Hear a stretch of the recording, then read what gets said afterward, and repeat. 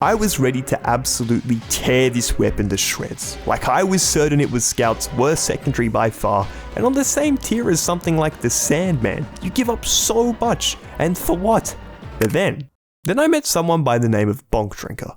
It was your average night of TF2 gaming, butts it over on casual, so me and my friends had to head to the only safe haven we knew. The map was Sea Peak Steel, which is a personal favourite of mine, and we began playing on offense. But I noticed something a bit odd immediately, as there was someone by the name of Bonk Drinker at spawn, drinking his strange Bonk Atomic Punch.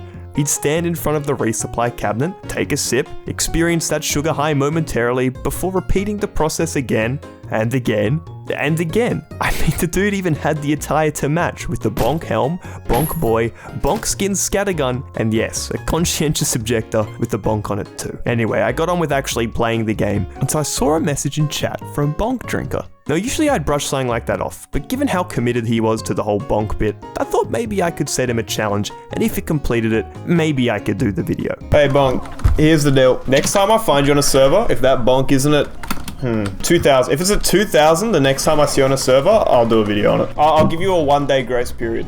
So if I see you on a server tomorrow, it doesn't count, but after that, it's free reign. Yeah, I'll take it. Alright, let's do it. Good luck. And that was that. The challenge had been set, Bonk Drinker agreed to the terms, and so I headed off to bed for the night. It had been 19 hours. Not even a full day had passed until on PL Badwater, I noticed a certain gamer on the enemy team who had left quite the ominous message directed at me. I mean, we were still in the grace period, so I was fairly sure he wouldn't 17,500. The grace period hadn't even ended, and he had 17,500 on his strange bonk. I mean, this drink is literally supposed to be 33% radioactive, so I really hope there haven't been any side effects for him. But no, he beat me. He beat me hard. And so here we are. This video is dedicated to Bonk Drinker.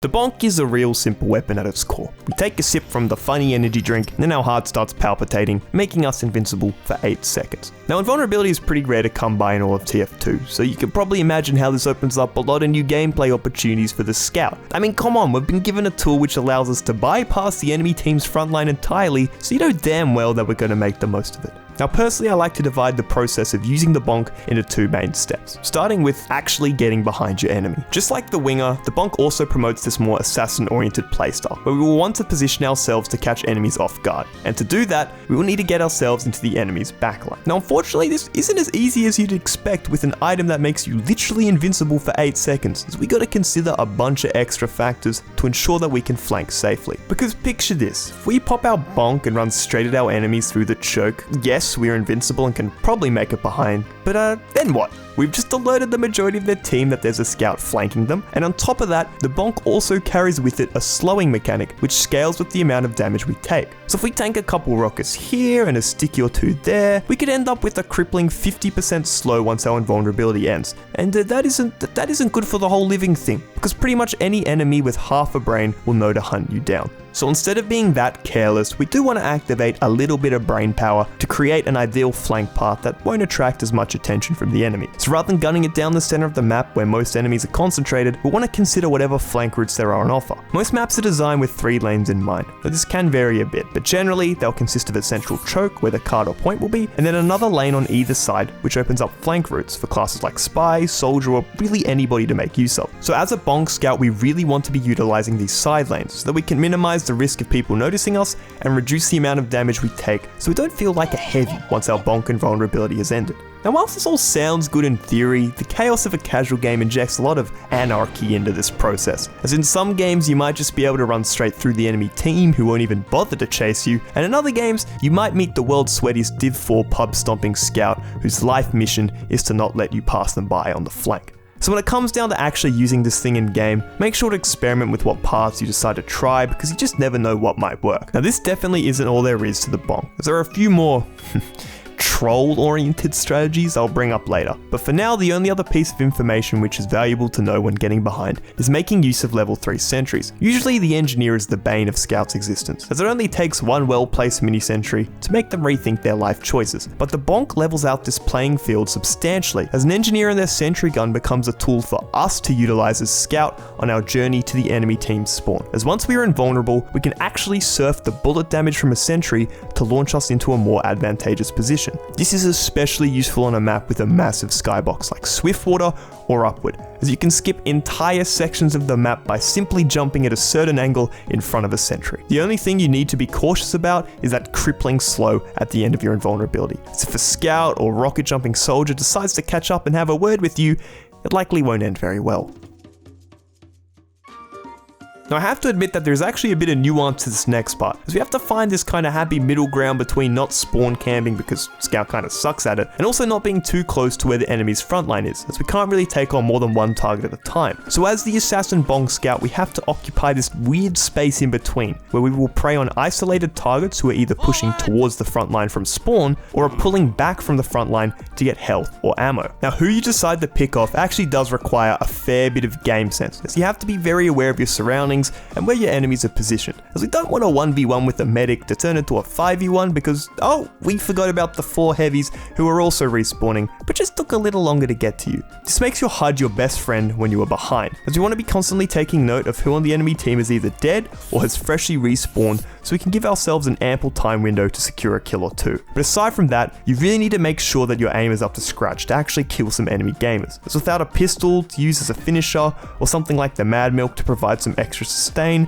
it's really just you and your scattergun, which can be pretty unforgiving at times. But I do have a few pieces of advice to make this part a bit easier, starting with positioning. You want to have some form of advantage before initiating against someone, and on Scout there are pretty much 2 ways of doing that, either through securing high ground or being out of vision. Now if you have ever played MGE on Badlands Middle as Soldier, you'll know all about the pure suffering that is versing some mosquito scout who refuses to give up the high ground for even a second, and that is exactly what we want to channel as the Bonk Scout. High ground is an incredibly powerful tool in TF2, as it makes it significantly harder for pretty much every class to land damage on you. I mean, Soldier can't hit his splash rockets, demo stickies require more precision, and even hit scan is thrown off by the awkward angle. So as a Bonk Scout, any form of high ground is our best friend to initiate from. Now the other option, which can be used in conjunction with the first, is taking your enemy entirely by surprise. This means we approach them from anywhere from the 270 degrees of vision they don't have to get some free damage before they can even react. Being the one to initiate an unexpected fight using a juicy meat shot to the enemy's back should put you at a significant advantage, and assuming you don't entirely choke your next few shots, it means you should come out on top most of the time. But unfortunately, we're not always game sense gods, and might stumble across an enemy when we weren't anticipating to. And whilst this isn't favourable by any stretch of the imagination, we can still make use of our ability to double jump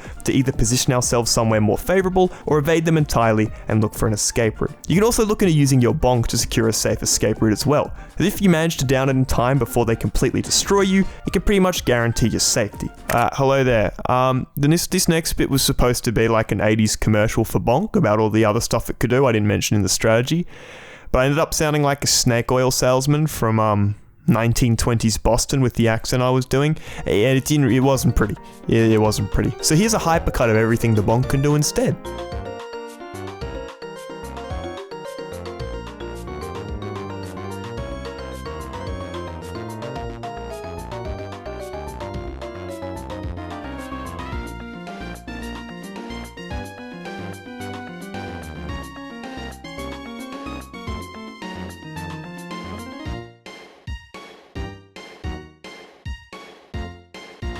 Now I know I've been praising this thing for the entire video so far, but I kinda gotta hit you guys with a bit of a truth bomb, because this weapon is still bad. Like probably Scout's worst secondary bad. It definitely fills some form of a niche, don't get me wrong, because if the enemy has a strong hold on a payload or an attack defend map, this thing is a free ticket to the backline, which can be very useful when there are sentries around. But I don't know how to really say this without pissing off every Scout made to exist, but Scout just kinda sucks in these game modes. You may have some success on defense as Scout, but sentries just completely fuck you over on offense due to their massive area denial. You're definitely better off playing pretty much any other class, as in my experience, Scout thrives way more in open environments like 5CP and King of the Hill, which definitely suit his playstyle better than the more linear maps of payload. And this actually segues into my next point, because unless you are trying to play Scout on payload offense to avoid some sentries, pretty much every other secondary option on Scout is better in every other scenario. I just fail to see the utility that the Bonk offers on 5CP and King of the Hill maps,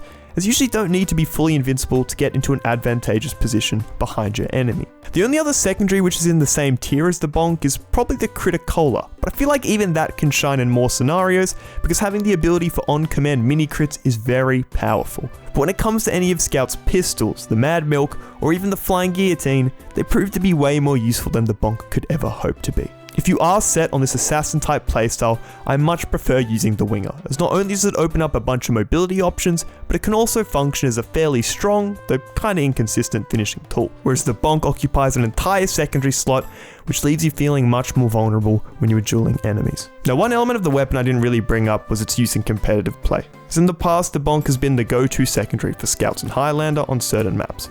I watched over some old Banny VODs using the pre-nerf bonk, and it looks like it was a great tool for body blocking Ubers or snipers from getting to cover, as well as being a pretty valuable tool for information gathering. Unfortunately though, I just don't know enough about bonk's current use in competitive play to speak on it. And I think one of my friends mentioned that the Flying Guillotine actually gets some use in Highlander, so I mean, I don't know about that, but that sounds kinda interesting.